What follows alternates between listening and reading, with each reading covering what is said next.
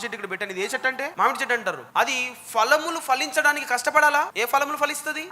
అంతేగాని వేరే ఫలములు ఏవి ఫలించదు. మీరు ప్రేమ అయ్యి ఉన్నారు కనుక మీరు ఫలించేది ప్రేమనే యేసు నామములో. కాకపోతే ఒక్కటి ఉంది ప్రియులారా, be in the right environment. ఆ చెట్టు ఎక్కడ ఉండాలి? సరి అయిన నేలలో ఉండాలి.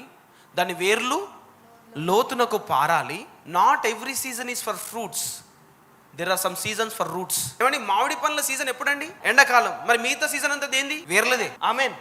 ఆ వేర్లు నీరు దాగి అక్కడ సాయిల్లో ఉన్న ఆ మట్టిలో ఉన్న పోషకాలని పీల్చుకుంటూ ఎండతో వచ్చిన ఆ సన్లైట్ తో ఫోటోసింథసిస్ జరిగి పోషింపబడుతూ ఈ సీజన్ దాకా వెయిట్ చేస్తుంది. ఇప్పుడు ఈ సీజన్ రాగానే ఏమవుతుంది? ఫలిస్తుంది.